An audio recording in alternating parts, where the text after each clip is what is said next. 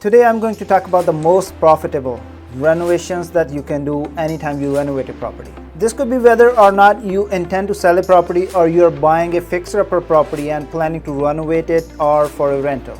These tips will end up getting you the highest return on your investment. My name is Laddi Dillon, a real estate broker with Remax. I've been helping buyers, sellers and investors in Brampton and surrounding areas for the last 14 years. Let's get right into today's topic of most profitable renovation tips. Tip number one is the kitchen renovation. And the kitchen does not need to be something that's overly expensive. You don't need to spend $40,000 on a kitchen, but it does make a huge impact. That's what I experience in our resale market on an everyday basis. The kitchen is really the selling point of any property.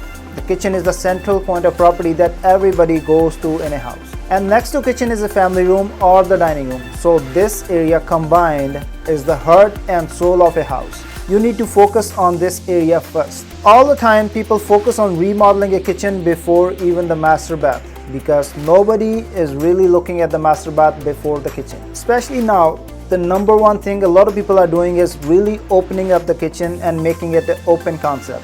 And that's like the easiest thing to do. And that's a basic renovation. The open concept main floor makes the house look bigger. Number two is the cabinetry. In most real estate markets, you don't really need the brand new cabinets.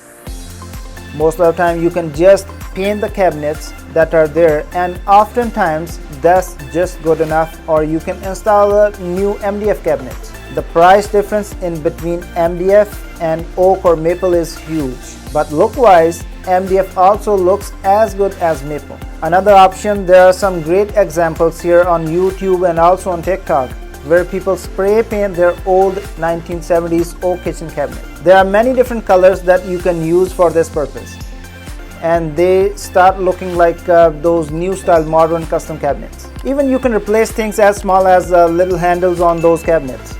It's so easy, and this is something fun to do. You can go to Home Depot or Lowe's.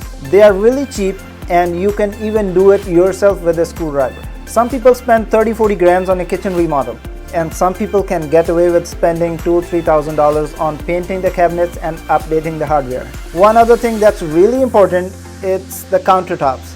And this is something that often dates a property. When you're planning to change them, it doesn't need to be very expensive. I have noticed some imitation countertops in some properties, especially in rentals. But even though they're imitation stones or whatever, they look just as good as the real thing visually. You have to go really close and touch them in order to find out if they are the real stone or not. Number three is flooring. If you're thinking, oh, I'm selling this property or it's going to be a rental, so you don't spend so much money on the flooring, that's not right. The best kind of flooring you could really get right now is not like hardwood or some expensive porcelain. It's something that's easy to install and relatively inexpensive. It's called luxury vinyl plank. It's almost just like a laminate or look like hardwood, but it is scratch proof and waterproof. A quick suggestion, please do not go cheap on them. I personally ended up making this mistake on my first rental property. I got this cheap laminate flooring, and I got it because it was on for sale. After the first tenant moved out after a year or so, the floor was kind of like peeling up on the sides. So I ended up just redoing the entire place with more expensive laminate flooring.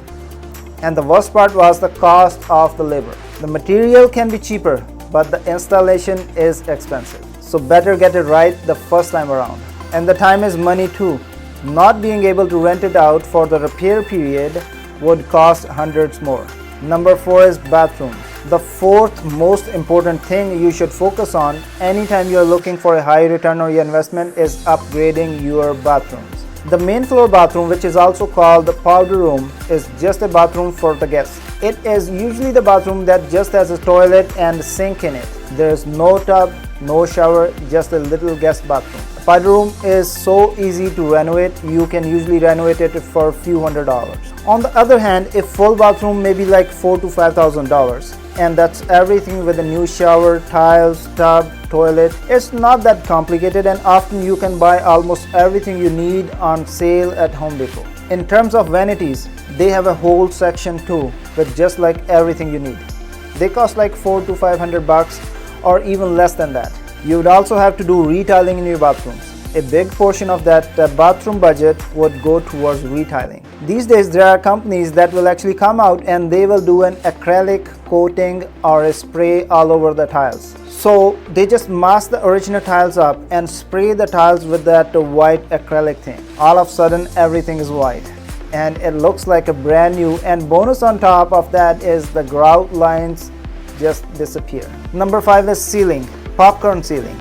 I would say it's really important anytime you are doing a renovation. The best thing you can do, especially if you're buying or renovating like 60s, 70s or 80s property that has a popcorn ceiling, please remove that. At the same time, when you scrape that popcorn ceiling, make sure you put in the pot lights as well. It's really one of the best things you can do, and again, it does not need to be over expensive. It adds a huge amount of value to your property.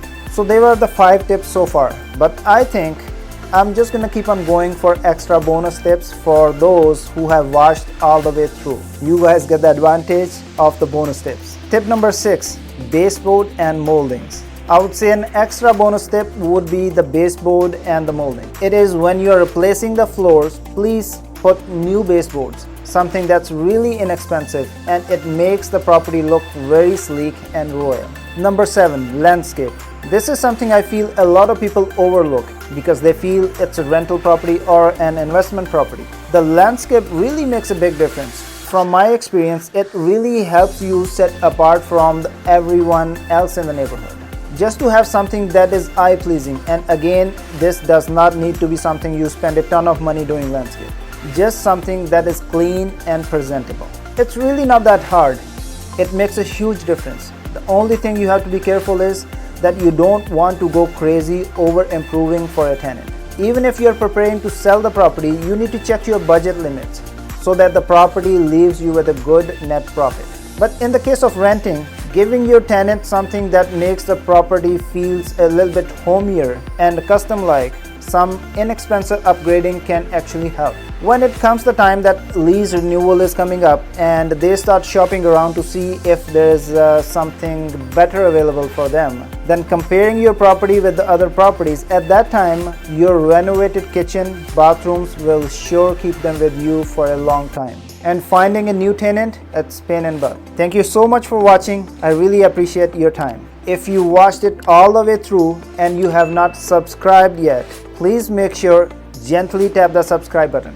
I don't want you to smash it and damage your phone or your computer keyboard. Thank you again for watching and see you in my next video. Bye for now.